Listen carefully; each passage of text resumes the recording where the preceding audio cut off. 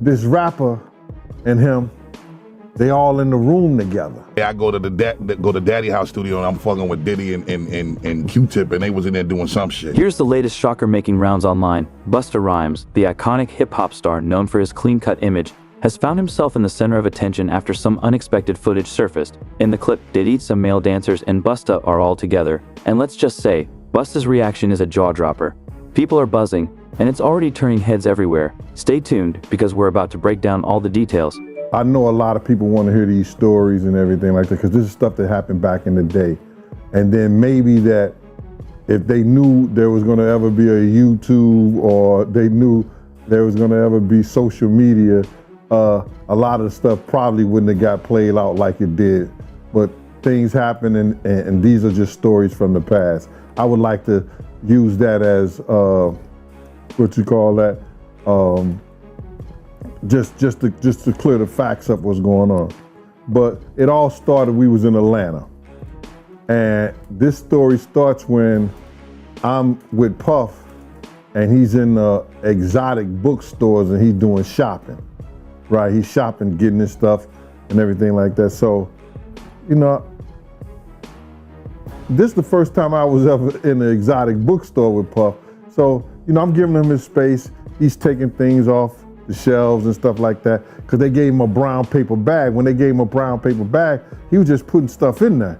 So I said, damn, you know, he got to go put it on the counter and, you know, show everybody what he's getting. So as he going, I'm just looking at the places where he picking stuff from.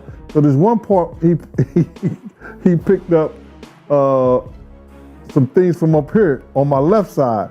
And then he picked like quite a few of them down. I'm like, okay. He put them in the bag. So when I went by there and I looked up there and it said butt plugs. And I was like, hey, yo. I was messing with him. Because people don't understand, you know, we was like friends. He was a part of the same gang. So I'm still gonna tease him. I'm still gonna mess with him and everything like that. I could do that. It wasn't just no security thing. So I say, yo, what are you getting this for? And it said butt plugs, and he was like, yo, can I do my shopping by myself? I said, yeah, you could do it by yourself, brother. And he started walking and everything like that. So when he got to, I just waited at the counter. So when he got to the counter, he didn't even have to show the guy nothing. He just gave the guy a wad of money. I mean, like, he gave the guy a stack, something like this. And Puff wasn't the dude that carried no 20s and no 50s and nothing like that. And I mean, like, he just said, boom. And we walked out the store. So we had to leave Atlanta and go to North Carolina for a show. You understand? And it was him, this rapper, Sarah, and this other girl. We all got on a G5 jet, and we flew to G4 jet. And we flew to... Let me give you the lowdown on the video that's got everyone talking. It's like the internet exploded overnight. So imagine Busta Rhymes just chilling and doing his thing. Then suddenly, this clip surfaces and everything flips. Here's what went down. Diddy's there, male dancers are in the mix, and Busta's reaction says it all. He looks like he's ready to bolt. You can practically feel the awkward tension. Later on that, I think that afternoon, same day, this rapper and him, they all in the room together. You know, it's Sarah, the girl, Puff, and this dude, this rapper. So I'm hearing at the door and stuff like that, like, yeah, so then next thing you know, somebody rang the doorbell. We had the presidential suite where we was at.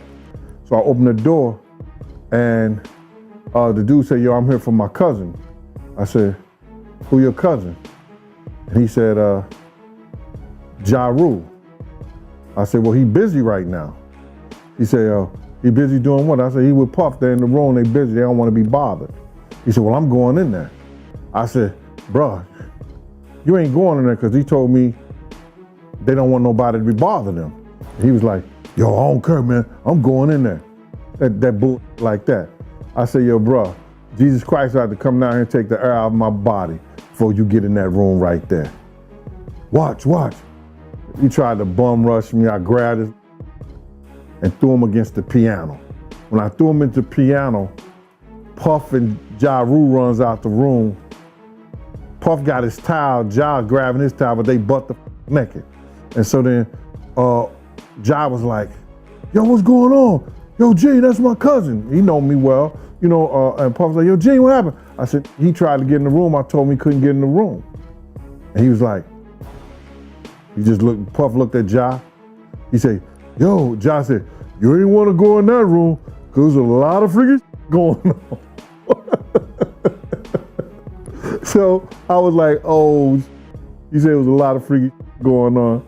So that was basically that story, man. You know what I'm saying? They went back in the room. Dude felt a certain kind of way, and he left out. So I seen them at the concert the next day, and they tried to, form up against me. But my man Frank was like, I told my man Frank, I was like, yo, Frank, put yourself in that position. Somebody trying to get in the room, and Ja told you don't let nobody get in the room. What would you do? Now, y'all can do whatever y'all want to do, man, but I ain't taking no losses. He said, yo, you good, and that was it. Bruh, when Ja said, you don't want to come up in there, a lot of freaky stuff is going on. You got to use your mind. What they was doing with those butt plugs. Right. Word has it, Busta was ready to make a quick exit the second he caught on to what was happening. Naturally, the internet didn't miss a beat. People zoomed in on every look, every uneasy glance, analyzing it all like a hip-hop detective show. Busta's expression said it all, radiating that get me out of here vibe without him saying a thing. Honestly, it's rare to see Busta look this uncomfortable. He's been in the game for decades, seen it all, done it all. But this really threw him. And of course, the internet is eating it up, relishing every moment. Bro, like when it comes to certain things like this, it's a lot of people that who hold weight. They want me to tell stories that they experienced with them. I ain't doing that though. I may have some of them come on the podcast or something. Now I am gonna have the guy who got the case against Dwight Howard. He gonna come on the podcast and talk. That's gonna be interesting. Because he hit me up thanking me. He's like, man, he felt more courageous. You feel me? He felt like he not alone no more. Because, he speak about dude like he a monster. You know what I'm saying? He showed me like the threats he was receiving and things like that from him. So like, I'm getting a lot of support though, bro. Like the support I've been receiving, it really changed my whole life. Cause like working this job, bro, like it eat away at your soul, bro. Like, you know what I'm saying? Cause you can't really date like that. You feel me? And then you gotta keep so much a secret. You know what I'm saying? And like normal ladies feel insecure because you always around these models, these ladies who got all this surgery. They feel insecure about that. And it's like, most ladies barely met a man they can really trust. So like, when you live in this lifestyle, bro, it's a lonely path, bro. You feel me? That's why I be so thankful for my family, like my mom, my brother, my homie Unknown, dude got like my brothers, you feel me? Like my members. You need that because like, bro, so many people was shocked at some of the things I was saying, but it's a lot of people who quietly in my inbox thanking me for speaking out about certain things. So you feel me? Like a lot of abuse victims are reaching out to me. You feel me? Buying shirts, bro, just sending me like I'll get like a $5, like a random $5 Apple Pay. Thank you for speaking out and all this type of stuff. I'm like, damn, okay. A lot of people like especially like a lot of sexual abuse survivors, man, they coming to me every day thanking me for speaking out about certain things, for protecting women and kids and stuff like that. You really like, this just my crusade I always been on, bro. You feel me? So like, I'm not really concerned about no detractors or what they have to say, because if you got a problem, come get up with me. Period. If not, The video shut up. took off so fast, it was everywhere before you could say, pass the crevassiere. With every share, Busta's name got dragged further into the spotlight, as if he were the main event. By the end of the night, he was trending, but not in the way he'd want. Memes popped up, jokes flew around, and people even started digging up old tweets. It was like a slow-motion train wreck that had the whole internet's attention, and no one could look away. Next vice. Here's the thing about the internet, it never rests. and it certainly never forgets. People immediately started speculating about what this could mean for Busta's career, his image, and his brand. But wait, there's more. Busta wasn't about to just sit back and let this pass. Oh no, he had a response, and it was anything but calm. We'll get to that shortly, but just know this video turned Busta's world upside down faster than you could say, "Put your hands where my eyes could see." And believe me, people saw a whole new side of him that they never saw coming. Next fight. Just testified before a federal grand jury. He says he was in possession of a trove of digital evidence from Diddy's freak-offs and parties. His name is Courtney Burgess, and he says a friend gave him 11 flash drives that belonged to the late Kim Porter. A friend? And if you follow this story, you'll know that Kim Porter is Diddy's ex-girlfriend and the mother of 4 of his kids. On those drives, the witness says 8 videos featured 8 celebrities at Diddy freak-offs or parties, and that 6 were males, 2 were females. The drive also included a manuscript of an alleged Kim Porter memoir, a memoir that her 4 kids insist is fake. Courtney Burgess told his story on a podcast before he told the grand jury today, and after he told the grand jury, and I mean immediately after, he booked it over to my set, and he and his attorney talked to me. I should tell you that he was very limited in how much detail he could go into about his testimony. And because the 8 people in the videos, the 8 celebrities in the videos were allegedly victims of sex crimes, we know who they are, but we will not be naming them, famous or not. Here now is my conversation with Courtney Burgess and Ariel. He said, like a friend gave him this. And literally he's saying, I see we can see who these celebrities are. So in my mind, I'm just saying to myself, like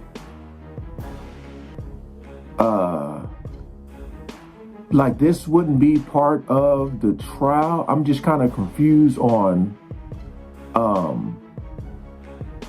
like this wouldn't be part of the trial. Just when it seemed like things couldn't get crazier, Busta jumped headfirst into the drama and didn't just join in, he threw fuel on the fire. His reaction had fans and even other celebs asking, "Is Busta okay?" Picture this, still shaken from the video, Busta heads straight to social media. You'd think he'd explain things or maybe even apologize. But no, he went on a full-blown rant, calling people out and throwing serious shade. One minute, he was threatening to expose others. The next, he was venting about loyalty. It was like a live train wreck that no one could tear their eyes from. And if so, how long ago? Right, so me personally, I definitely seen it coming. Like 2013 was when I really first started speaking out about this, because he was booked to host an event in Chicago at a nightclub called The Vibe on 1534 North Kingsbury. I was head of security at this venue. And whenever celebrities would come through, the owner and the general manager, shout out PJ Khan and shout out Joey Vartanian, they would send me with celebrities after the club. So I ended up at one of his events, and a gentleman I used to work for, his name was David Arrington. He used to not work for, work with. He was a security like me, big, strong, intimidating dude. On to find out, you know, he was double dipping. You feel me? He was getting hired as a sex worker, and when I got to the event, he was there. And as a bodyguard or? No, he was there as a performer. Right. So that gentleman's incarcerated right now. He ended up killing his boyfriend, stealing his car, all type of stuff. So he crashed out. So that's how I ended up even knowing about this type of stuff. So, and when I got to the party, you know, all the waitresses was topless. They had like... You're the second person to say that. Yeah, that's okay. Yeah, everybody, the waitresses was topless. Like they had like dancers in cages, naked. I seen a few people had like lions on leashes and stuff like that. You feel me? And then, you know, once they came out to collect everybody's phones, that's when I said, I'm going to the car, y'all got it. Because I seen the Diddy guy holding hands with two vampire-looking dudes, like they was off Twilight. You feel me? So if you ever at a celebrity party, you see street dudes kicking it, the females, when you see the vampires come in, somebody case getting touched. Better be on point, bro. Oh no. Do you feel like you have the spirit of discernment to like know when you see a man or a woman that know they on some like you said the guy you was working with was a whole sex worker, and I was suspicious of him. Okay, for sure. You know, any person who worked private security at a high level, you know, I get this from my mom, the spirit of discernment. That's something she always said, exact words. So word on the street is Busta might have had a few drinks before hitting post, and honestly, it showed. Fans were stunned, haters were loving it, and everyone else was glued to the drama. People were screenshotting his posts as fast as he could delete them, probably giving his PR team nightmare. But Busta didn't stop there. He started dragging other rappers, reviving old beefs, and burning bridges one after another, all over a video that might have faded in a few days if he just stayed quiet. If you do this job at a high level, you can look into somebody's eyes and tell if they're a killer. You can look in their eyes and tell if they're a get money person. You can look in their eyes and tell if, you know, they get a little extra wild, you feel me? Oh, bro. Would you say this is one of the most uncomfortable situations you've been in, or? No. Okay. Because I mean, like, if you know, like, the celebrity world is mostly losers. You feel me? They just got money. Like, you know, they not player. Like, they're not kind to people. They don't want to talk to females. And most of them are, like I said, celebrity world is Zesselmania, man, period. You got to trademark that movie. It's Zesselmania. You know, I done been in real life and death situations. I've heard a lot of rumors of saying, people say that Diddy's a gangster. Is Diddy a gangster, being around him? He's not a pushover. He a tough cake toucher, bro. I'll tell you that much, bro. Like, tough cake toucher. for sure, bro. Like, you had said you had seen a scene where he came up to a young dude and choked him and said, "You either want to get with God or grab the man by his throat." Yeah. He was like, "You want to walk with God or you want to be a roach, nigga?" That's some gangster shit to say. And I'm looking like, that's some Frank Lucas shit. So I'm like, damn, why you? I'm like, you gonna let him grab you like that? Because bro, he real touchy feely, so that's how he discern if he gonna try to. If you let him touch you a little too much, you know what's yeah, he gon'. By the time Busta finally logged off, the damage was done. What began as a scandal quickly escalated into a full-blown crisis, and the internet had no intention of letting it slide. Memes poured in, jokes spread like wildfire, and Busta was trending for all the wrong reasons. It was like a slow-motion car crash, impossible to look away from. Everyone was talking, from fans to major industry players, speculating on what this could mean for Busta's career, his reputation, and everything he built. And trust me, the fallout was just getting started. Instead of clearing things up, Busta had only added fuel to the fire. Now, the big question was, how would he bounce back? Because the mess was only getting messier. 150,000 unaccounted for children that cross the border every year that are unaccounted for. There is a certain level of darkness that comes with levels of high wealth, because Rook just asked me right now that I think that he could rape somebody. You know, these are people who are not used to being told no. And like, I know a gentleman who has a yacht. Like, the yacht probably costs like $200 million. And there's an entire staff that stays on this yacht. They stay for 6 months, the other staff come for the next 6 months. So if you got enough money, you can buy a person. You can buy their time. So that's the level of what's going on. Now, there's been a lot of alleged saying that him with different celebrities in videos exist, both male and female. Correct. Do you know that to be true? Oh yeah, for sure. Yeah, I seen some stills of some tapes being shot. Now we live in the world of the deep fake and an AI, is it possible that that could be created or crafted and sold? So it's kind of hard to fake CCTV footage, simply because it's time stamped and the pixels in that camera, any AI footage, the pixels is way higher than For sure. a normal camera. For sure. So, you got to take that into consideration. I think I'm gonna Google everyone who has a $200 million yacht, and we gonna line this. we gonna get close. It's hundreds of guys who got. Okay. Bro, yeah. Yeah. Okay. Rook, didn't you say you wanted a yacht? 200 million. 200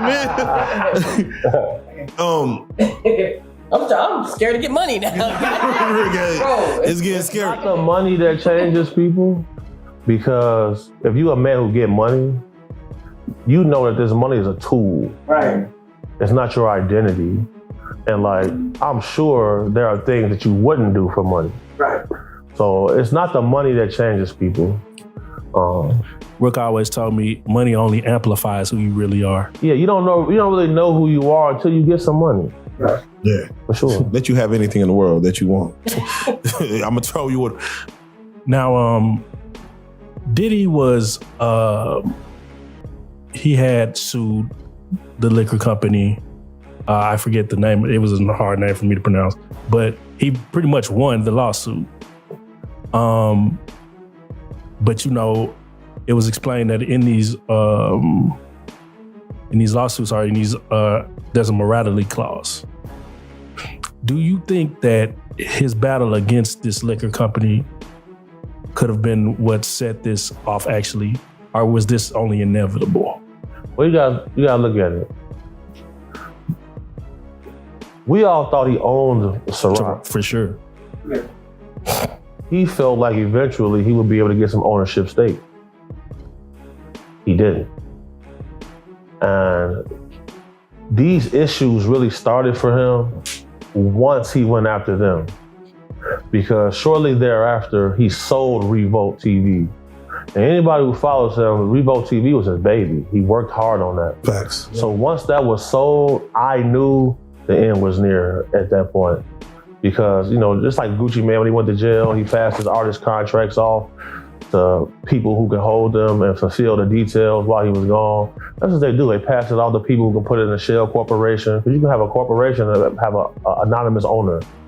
So once I seen Revolt get sold, You won't believe what's happening to Busta's clean-cut image. That family-friendly reputation? It's unraveling fast, and the internet is eating up every second of it.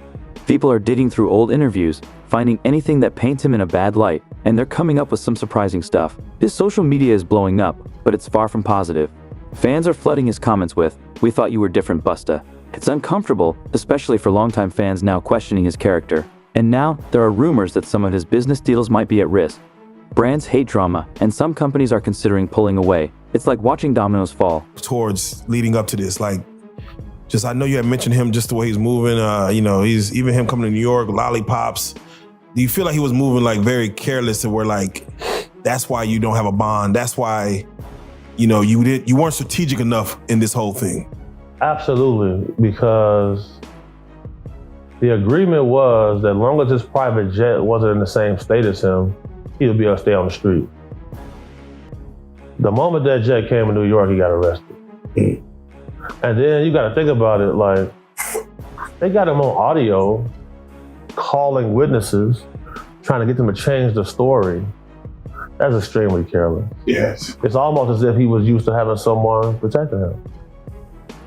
They say he's snitching on Jay-Z. Is that a real thing? You don't want to say Jay-Z on it, bro.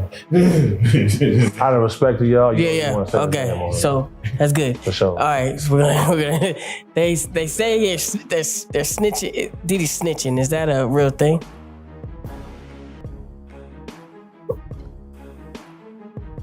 Have we ever really seen an indictment where the details were sealed? We only really seen that with Epstein. And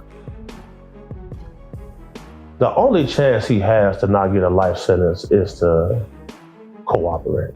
Right. Wait, and you mentioned that Diddy may not make it out alive. Yeah, definitely. Yeah, see, when you say something like definitely, I got to get your take on it because we seen what happened with Epstein and we seen the, like you said, a sealed indictment, don't know what's in it. Right. We hear stories of stars paying off lawsuits and keeping their name out of the news. Like, you feel like there's something that's bigger than even Diddy that is at stake of failing? Yeah, definitely. So if anybody pays attention to the political climate in our country right now, the FBI is at risk of getting disbanded. For sure. We're coming up on a new election. Now, the week that he was indicted, the head of Sony Music, Randy Goodman, stepped down. Yep. CEO of Warner, Kaz Kobayashi, stepped down. CEO of 300 Entertainment, Kevin Lyle, stepped down. And the CEO of Nike, John Donahue, all stepped down in the same week. Then we see the mayor of New York, his name Eric, get indicted. And then now we see the guy Reeves from Abercrombie get indicted for sex trafficking. So the sex trafficking investigators, the group of guys who do that, is a small group, probably about 50, 60 people. So the same people who investigated him also were investigating him and these other people. So you gotta always watch the trickle effect when it comes down to it. So for sure. Now, we were talking about him contacting witnesses and how careless that was. Do you think it's because of this drug addiction that he has? That's a great question. So I'll say this. Any man who I know who did ecstasy for more than 4 years straight, they all have a trans girlfriend right now.